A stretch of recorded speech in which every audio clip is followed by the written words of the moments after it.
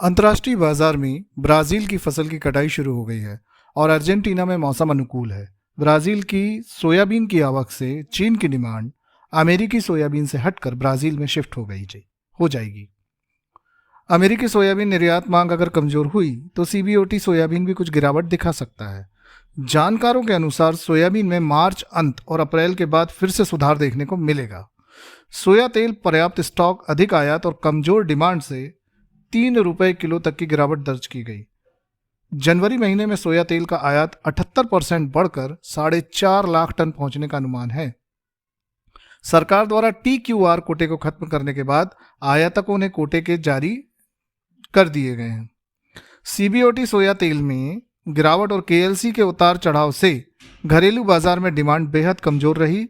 कमजोर डिमांड को देखकर सोयाबीन सॉल्वेंट प्लांटों ने सोया तेल भाव 2-3 रुपए तक इस सप्ताह घटा दिए। ऊपरी स्तरों भाव अब तक 10-12 रुपए किलो गिर चुके हैं और अब भाव अपने सपोर्ट के करीब हैं। दिसंबर महीने में इन्हीं स्तरों से सोया तेल के भाव 15 से 16 रुपए तक बढ़ गए थे। जानकारों का मानना है कि इन स्तरों से बड़ी गिरावट की संभावना अभी तो फिलहाल कम है। डिमांड कमजोर है, लेकिन अगर विदेशी बाजारों में तेजी लौटी तो डिमांड भी धीरे धीरे सुधर जाएगा। अगर विदेशी बाजारों का समर्थन मिला तो सोया तेल में फिर इन स्तरों से रिकवरी आ सकती है। हालांकि हमारी राय है, जब तक स्पष्ट संकेत नहीं मिलता तब तक व्यापारी थोड़ा संभल कर खरीदारी करें। 29 जनवरी को समाप्त होने वाले सप्ताह की शुरुआत में महाराष्ट्र में कीर्ति प्लांट सोलापुर 5620 रुपए पर खुला था और शनिवार शाम 5550 रुपए बंद हुआ। तो कहा जा सकता है कि पिछले सप्ताह के दौरान प्लांट वालों की मांग कमजोर रहने से 70 रुपए प्रति क्विंटल की गिरावट दर्ज हुई। सोयाबीन कमजोर मांग और सीमित आवक के बीच गिरावट थोड़ी जारी है। MP, महाराष्ट्र और राजस्थान के प्लांटों ने इस सप्ताह 50 से 100 रुपए के बीच घटाए। ऊंचे भाव पर सोयाबीन लेकर पड़ता नहीं बैठने की वजह से प्लांटों की क्रशिंग कमजोर, आयातित सोया तेल की सप्लाई बढ़ने से प्लांटों ने खरीदारी सीमित कर दी है।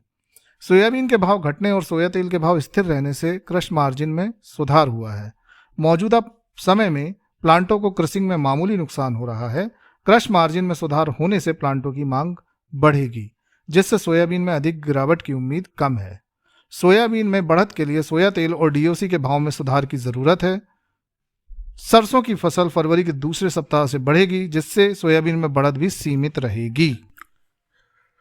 इसी तरह की और खबरों के लिए हमारा YouTube channel Adishakti services subscribe करें।